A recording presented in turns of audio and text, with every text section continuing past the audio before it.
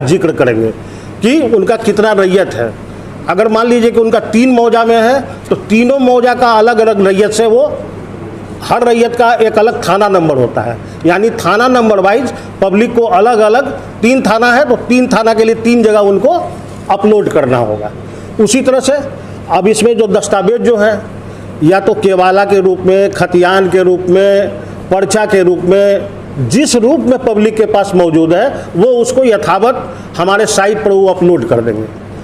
DLRS करके एक site है, उसी पर करना है। चूँकि ये सारी प्रक्रिया ऑनलाइन प्रक्रिया में चल रही है तो आप लोग की जानकारी के लिए दे, पब्लिक अगर चाहे कि जैसे मान लीजिए यहाँ के बहुत सारे लोग विदेश में रहते हैं या कहीं भी, तो एक सर्वे ट्रैकर करके ऐप है, अगर इसको डाउनलोड कर लीजिएगा तो हम लोग जिस मौजा में किस स्थान तक पहुँचे, आज हम 10% सर्वे किए कि 12% किए, आप सर्वे ट्रैकर ऐप से विदेश वाला भी आदमी वो देख सकता है कि यहाँ पे सर्वे की प्रक्रिया क्या है। एक आप लोग से मीडिया बंधु आप लोग आए हैं तो एक आप लोग से अनुरोध यही करेंगे और तमाम हम जनप्रतिनिधि से भी यही अनुरोध कर चुके हैं कि कुछ ईमानदारी हम लोग को बरतनी होगी। बरतनी यह है कि हमारे जो दस्तावेज में जो परवावा से चल रहा है या हमारे छरदादा से चल रहा है तो उसमें किसी भी भाई को या किसी की हिस्सेदारी को आप लोग वंशावली में गौन न करें, उनका वंशावली आना चाहिए। क्योंकि सबसे बड़ा प्रॉब्लम ये होगा कि अगर 6 भाई हैं, एक भाई विदेश में है, 5 लिख करके वंशावली बना दिए तो इससे उनको दिक्कत होगी और हमको भी रैयत को डिसाइड करने में जब हम किस्तवार करने के बाद खानापूरी करेंगे तो खानापूरी के समय में दिक्कत निश्चित तौर पर आएगी। इसलिए आप लोग के तहत से हम यह कहना चाहते हैं कि यह लोगों को यह विश्वास में लाइए कि वंशावली बिल्कुल सही ढंग से बनाएं, उसमें कोई कटौती नहीं। इसलिए कि जब हम किस्तवार करने के बाद हमारा अमीन जब उस साइट पर जाएगा वहीं पे कानून को पहुँचेगा और पहुंचने के बाद उस चौहद्दी पर डिसाइड होगा कि इसका दखल कब्जा किसका है और इस दखल कब्जा के अगेंस्ट में कितने इसके वंशावली में लोग हैं, 3 हैं, 4 हैं, 5 हैं।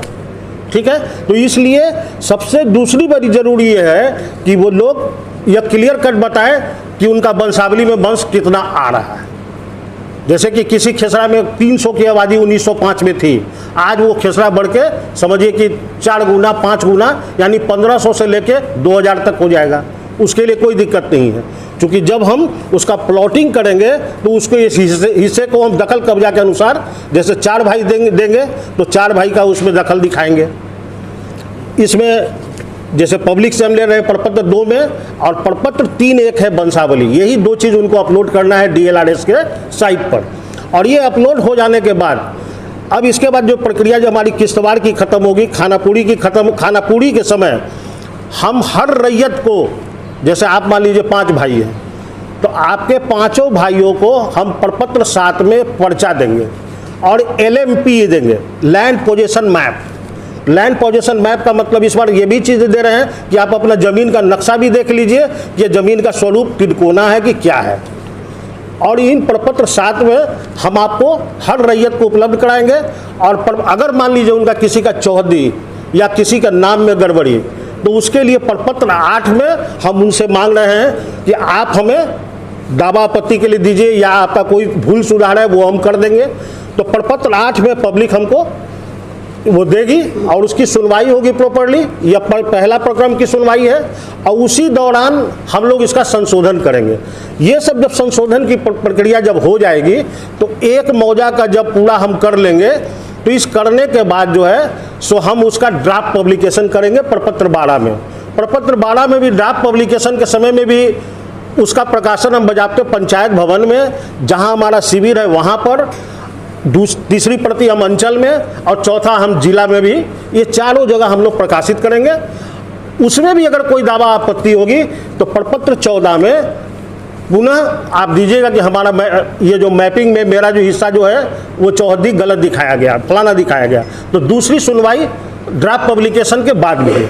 जब ड्राफ्ट पब्लिकेशन का जब अप्रूव हो जाएगा तो ड्राफ्ट पब्लिकेशन के बाद हम लोग क्या करेंगे, 14 का ऑब्जेक्शन को जब सुनवाई कर लेंगे, दूसरी प्रक्रिया जब समाप्त हो जाएगी तब हम उस मौजा का एक प्रकाशन, दूसरा फाइनल पब्लिकेशन करेंगे।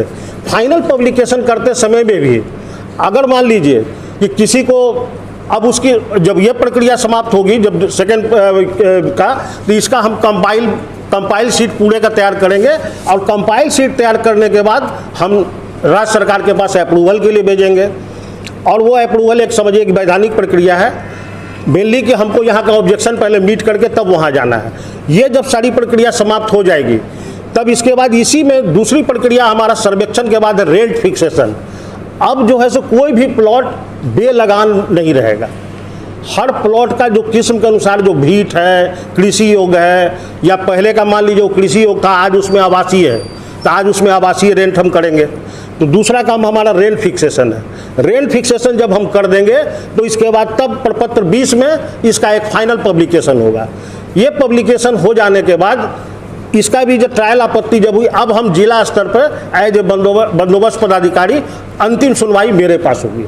जब होकर जब फाइनल हो जाएगा तो ये फाइनल समझिए कि जो सरकार का प्रस्तावित है जुलाई 25 से लेकर अगस्त 25 के बीच में, तो ये सरकार के पास हम लोग 4 प्रति में बनाएंगे।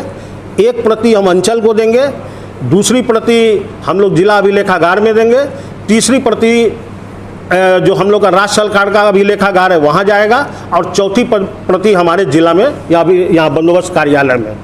और इस तरीके से यह सारी प्रक्रिया रजिस्टर्ड 2 को नयापन करने के लिए, मतलब अभी जो अंचल कार्यालय में जा रहे हैं तो रजिस्टर में अभी आपका खतियान में परबाबा का नाम, इनका नाम दिख रहा है, और जब ये हो जाएगा तो रजिस्टर 2 में कम्प्लीटली अब आप लोग का नाम दिखने लगेगा। ये है सारी प्रक्रिया। अब ये सरकार ने इसको 2 चरण में बनाया। पहले इसको हम लोग ग्रामीण क्षेत्र में ख़त्म करेंगे। टोटल यहाँ पर हम लोग 1448 रेवेन्यू ग्राम में अभी तत्काल कर रहे हैं। सर मालिकाना जमीन में हम सबसे पहला चीज़ देखेंगे 2 चीज़, कि सबसे पहले वो मालिक बना तो उसके लिए देने वाले कौन हैं। उसमें आपको याद होगा कि 1/1/46 से जमींदारी प्रथा खत्म हो गई थी। जमींदारी प्रथा के पूर्व का अगर कोई मालिकाना होगा तो उसमें उसका देखेंगे उसका रेंट रोल है कि वो जमींदार को पे किया था नहीं। दूसरा इधर का होगा 1/1/46 के बाद का, तब उसमें देखेंगे कि जो डोनर करने वाला है वो अप्रोप्रिएट व्यक्ति है या नहीं। सर किसी जमीन पे विवाद चल रहा है, कोर्ट में विवाद चल रहा हो तो जितना भी अगर कोर्ट में विवाद, टाइटल सूट वगैरह जो होगा, उस जमीन को हम लोग प्लॉटिंग करके घेर के उसमें CWJC या और टाइटल सूट नंबर शो करके उसको दर्शा के आगे बढ़ जाएंगे। पेपर संबंधित तैयारी करने में लोगों को काफी परेशानी का सामना करना पड़ा है। लोग सुबह से चक्कर लगा रहे हैं, लाइन में खड़े हो रहे हैं, कोई जानकारी नहीं मिल पा रही है। देखिए, पेपर में बस 2 ही चीज़ पब्लिक के पास बताना है कि सबसे पहले उसके पास केवाला है। जैसे बहुत सारे पब्लिक ये कर रहे हैं कि 85 का हमारा केवाला है लेकिन हमारा म्यूटेशन नहीं हुआ, तो आपके जरिए यह मैसेज चला जाना चाहिए 85 का केवाला है, अगर उसका म्यूटेशन नहीं हुआ कोई बात नहीं है, लेकिन वो ज़मीन उनके अगर पोजेशन में है तो वो अपलोड कर दें। सर्वे को लेकर कई ऐसे लोग हैं जिन्हें जानकारी नहीं मिल पा रही है, क्या उनको जानकारी इसके लिए क्या पहल की जा रही है? हम लोग तो पूरे जितने जो ग्राम पंचायत है 293 जितने भी हमारे ग्राम पंचायत है, सब जगह मुखिया जी के साथ हम लोग शिविर का आयोजन किए हैं और वहाँ पर जन जागरूकता अभियान चलाए हैं। मात्र 12 पंचायत में चलाना हमारा बाकी रह गया। शहर के लोग नहीं, शहर के लोगों को अभी कोई दिक्कत नहीं है। जब ये वाली प्रक्रिया ग्रामीण की खत्म हो जाएगी, सरकार पब्लिश कर देगी, तो अगला चरण शहरी क्षेत्र का होगा। सर अगर SDO ऑफिस से अपडेट लेना पड़ेगा क्या? नहीं, देखिए इसमें एकदम क्लियर कट बात है कि जो हमारे अपर मुख्य सचिव पंचायती राज विभाग के, उनका एक पत्र है 2023 का, दिसंबर 2023 का, उसके अनुसार से वंशावली बनाने की प्रक्रिया लिखी हुई है। उस प्रक्रिया में यही लिखा हुआ है कि सबसे पहले पब्लिक जो है सो एफिडेविट करा के वो देगा, और देने के उपरांत पंचायत सचिव का है कि वो इंट्रोगेशन करेगा। इंट्रोगेशन करने के बाद उसको सुओ मोटो वो डिक्लेरेशन बाहर में वो साट देगा। 7 दिन तक उसका ऑब्जेक्शन देखा जाएगा। अगर अगल बगल वाले लोग उसका ऑब्जेक्शन करते हैं तो 7 दिनों के बाद सरपंच और पंचायत सचिव उनको निर्गत कर देंगे। अगर मान लीजिए किसी का लैंड हो और सरपंच के द्वारा ही अतिक्रमण किया गया तो उसमें क्या होगा? देखिए, अतिक्रमण यहाँ दूसरा मुद्दा है। इसमें सबसे पहली बात यह है कि हम रैयत को बुला रहे हैं। इवन एज ए सरकार, ये जो कलेक्ट्रेट हम लोग बैठे हुए, ये भी हम लोग रैयत के अंदर हैं। तो हम सभी लोग रैयत हैं, चाहे हम सरकार के रूप से रैयत है या पब्लिक रैयत है, ये सब पर लागू होता है। अंडरटेकिंग या एफिडेविट्स लगभग सेम है।